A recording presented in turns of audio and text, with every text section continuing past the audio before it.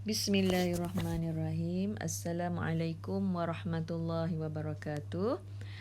Okey, minggu lepas kita belajar tentang Nabi sebelum daripada Nabi Yaqub, ya.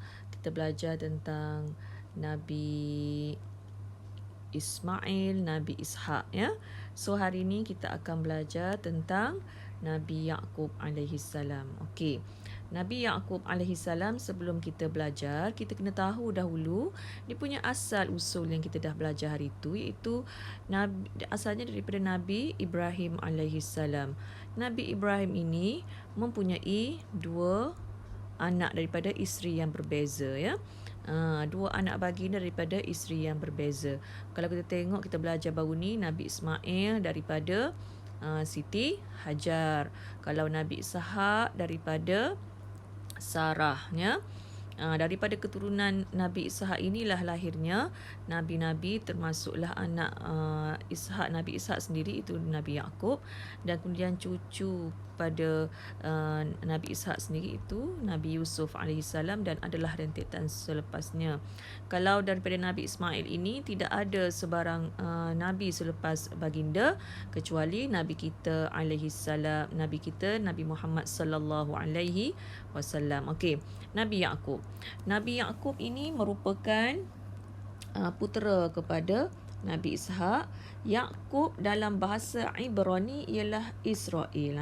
Ni kita nak cerita yang kita duk cerita tentang Israel sekarang ni. Apa maksud dia? Maksud dia bagus. Maksud dia ialah hamba Allah. Bani Israel ini ialah hamba Allah. Asal daripada nama Nabi Yaqub, ya, digelar juga sebagai Israel, hamba Allah. Ni ada dalam Quran cerita, ya. Kemudian baginda dikurniakan 12 orang putera yang mengembangkan keturunan Bani Israel, ya. Sampai sekarang lah, kalau kita tengok kepada carta Ustazah buat ini, Nabi Yaqub ini dia mempunyai 12 orang anak, ya, daripada 4 orang isteri. Dan kita tengok isteri Nabi Yusuf ini duduk pada nombor yang ke-7, dan Bunyamin yang ke-8. Nanti kita akan bicara tentang Nabi Yusuf alaihissalam. Panjang cerita Nabi Yusuf ini. Jadi asal usul Bani Israel daripada keturunan baginda. Maka kalau kita kata Nabi Yaqub ini adalah nama Bani Israel ini sebenarnya adalah bagus, itu hamba Allah. Tetapi yang menjadikan sekarang jadi tak elok tu sebab perangai kepada keturunan ini yang telah pun radikal menolak ajaran Islam itu sendiri. Mereka dapat kitab, tapi mereka telah menyelewengkan kitab itu sendiri. Tu yang jadi mereka dihina. Sampai sekarang Allah menghina mereka, ya. Dalam Al-Quran ada dalam surah Al-Baqarah, awak boleh tahu, ya, tentang Bani Israel itu. Kenapa? Apakah yang bentuk-bentuk penghinaan? Kenapa mereka menjadi hina, ya? Okey. Next, kita bercerita tentang Nabi Yusuf alaihissalam, ya. Nabi Yusuf alaihissalam. Sebagaimana yang Ustazah bagi tahu tadi, Nabi Yusuf merupakan anak kepada Nabi Yaqub alaihissalam, ya, anak kepada Nabi Yaqub, dilahirkan di Iraq. Sebab Nabi Yaqub ini dia berhijrah ke Iraq, kawasan Iraq, dan baginda merupakan cicit kepada Nabi Ibrahim. Kalau kita tengok, Nabi Yusuf ini adalah cicit kepada Nabi Ibrahim alaihissalam, ya. Kemudian Nabi Yusuf dikurniakan ketampanan rupa paras dan ilmu mentafsir mimpi. Okey, sebelum nak pergi ke sini, sebenarnya Nabi Yusuf kisah dia panjang, kerana Nabi Yusuf ini kalau kita tengok dalam Quran ada satu surah Yusuf namanya. Surah Yusuf. Jadi dalam surah Yusuf inilah diceritakan dengan detail mengenai Nabi Yusuf alaihissalam ini daripada zaman kanak-kanak baginda sehinggalah zaman dia menjadi Menteri Keuangan Mesir pada ketika itu. Jadi kalau kita tengok, zaman kanak-kanak Nabi Yusuf alaihissalam adalah amat menyedihkan kerana baginda ini didengki, ya. Baginda ni, abang-abang dia semua dengki pada dia, ya. Abang-abang dia semua dengki pada dia. Kenapa dengki tu? Tu masalahnya, kan. Kenapa dengki? Kenapa dengki? Sebabnya mereka mengatakan bahawa Nabi Yusuf ini disayangi oleh bapa mereka Nabi Yaqub lebih daripada mereka sendiri. Jadi mereka tak suka. Kalau kita tengok adik-beradik kita tu dengki juga, tapi tak adalah sampai komplot kan. Apa komplot yang dibuat oleh abang-abang mereka, iaitu abang-abang Nabi Yusuf ini? Apa yang dibuat ialah mereka ingin bunuh. Mula-mulanya nak bunuh, ya, tetapi ada salah seorang daripada abang mereka yang menyatakan bahawa janganlah bunuh, ya, janganlah bunuh. Dia adik kita tu. Jadi hanya pergi buang di orang panggil sumur ataupun telaga yang tak digunakan oleh orang dah sekarang. Dipanggil sumur. Jadi mereka ni minta dengan ayah mereka untuk bawa Nabi Yusuf ini ke satu tempat, dan mereka kata nak main-main. Nabi Yaqub pun bagilah kan. Mula-mula berat hati, takutnya jadi apa-apa pada Nabi Yusuf. Tetapi abang-abang ini mereka memberikan keyakinan kepada Nabi Yaqub bahawa mereka akan jaga. Tapi sebenarnya mereka telah pun meletakkan adik mereka dalam sumur. Awak bayanglah duduk dalam sumur ni, kesian, dalam telaga kan, dalam telaga yang tak digunakan. Okey. Kemudian apa jadi kepada Nabi Yusuf alaihissalam? Apa jadi? Ni datanglah kafilah. Datang kafilah. Kafilah ini dia bawa dia Allah telah pun bagi kafilah ini jumpa dengan sumur ni. Ingat ada air. Bila letak timba ke bawah ni, ada budak pula.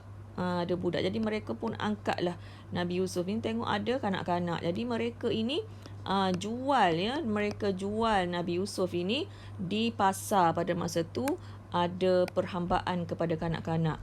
Mereka jual, dan Nabi Yusuf ini dibeli oleh Al-Aziz Mesir pada masa tu. Al-Aziz sampai Mesir, bawanya Nabi Yusuf alaihissalam. Al-Aziz beli Nabi Yusuf, dan bekerjalah Nabi Yusuf di rumah Al-Aziz ini sehinggalah baginda remaja. Okey, bila berremaja, apa yang berlaku pula? Bila remaja, dia ni makin lama makin tampan. Sebagaimana dalam buku teks awak, dia kata Nabi Yusuf dikurniakan ketampanan rupa. Jadi handsome lah Nabi Yusuf ni kan. Menarik perhatian pula kepada isteri Al-Aziz ni. Isteri Al-Aziz. Isteri Al-Aziz kata, handsome sangatlah budak ni, walaupun dia ni bekerja bawah Al-Aziz pun, tapi nak kata nafsu mari kan. Jadi isteri dia ni jadi nak kepada Nabi Yusuf. Ni ada peristiwa, dan ada dikatakan bahawa nama isteri Al-Aziz itu Zulaikha. Itu hanya Israiliyat, tidak ada diceritakan dalam Al-Quran. Al-Quran cerita hanya imra'ah, maksudnya perempuan. Jadi apa yang berlaku, dia godalah Nabi Yusuf alaihissalam, menggoda Nabi Yusuf alaihissalam, sehinggalah Nabi Yusuf ini tak nak pun kepada majikan dia ni, sebab dia anggap itu majikan dia kan.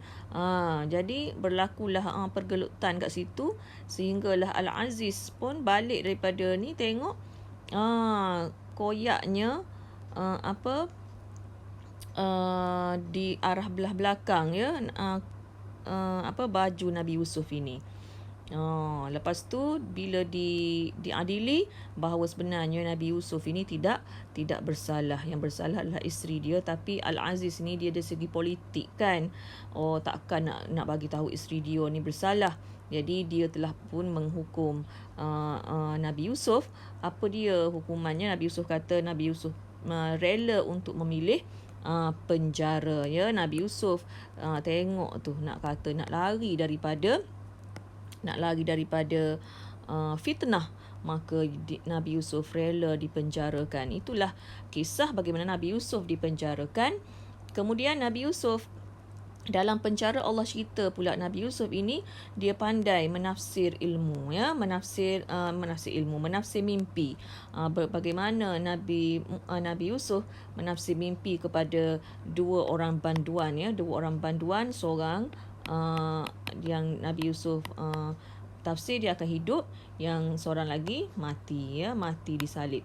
Jadi yang hidup ini bila dia dah boleh keluar daripada penjara, Nabi Yusuf kata pada dia, tolonglah bagi tahu bahawa aku ni ada dalam penjara, bagi tahulah pembesar nama Al-Malik dah, bahawa aku ni ada dalam penjara. Tapi apabila kawan dia ni keluar daripada penjara, kawan dia ni tak ingat dah kat dia, tak ingat dah cerita yang bahawa Nabi Yusuf ini pandai untuk mentafsir mimpi. Jadi apabila telah pun keluar tu, pada satu hari Allah telah takdirkan Malik ni dia bermimpi, ya. Malik ni raja Mesir. Malik ni bermimpi, mimpi dia ni tak boleh ditafsir oleh mana-mana ahli tafsir mimpi. Mimpi Malik ni tak boleh ditafsir, sehinggalah barulah kawan dia ni yang hidangan kepada Al-Malik ini, dia kata, sebenar baru saya teringat bahawa saya ni dulu ada seorang kawan dalam penjara tu, dia pandai tafsir mimpi. Jadi yang itulah yang membawa kepada kawan dia ni pergi jumpa dengan Nabi Yusuf AS untuk bagi tahu apakah maksud di sebalik mimpi Al-Malik ini. Maksudnya 7 tahun yang Nabi Yusuf tafsir ialah 7 tahun Mesir ini akan 7 tahun kemarau, 7 tahun tu subur, akan melalui subur dulu, ya.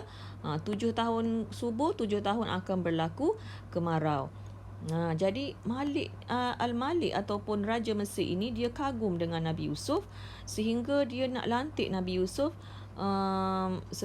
jawatan. Jadi Nabi Yusuf ni automatik Nabi Yusuf ini memilih untuk menjadi Menteri Keuangan. Inilah nak katanya rentetan daripada kesedihan Nabi Yusuf daripada awal ini. Akhirnya Allah angkat Nabi Yusuf ini menjadi Menteri Keuangan Mesir ketika itu, dan itu jawatan yang tinggi lah kerana mengurus ekonomi Mesir. Apabila Nabi Yusuf dapat mengurus ekonomi Mesir dengan baik, maka negara Mesir ini terhindar daripada, walaupun berlaku kemarau, ya, masih lagi ada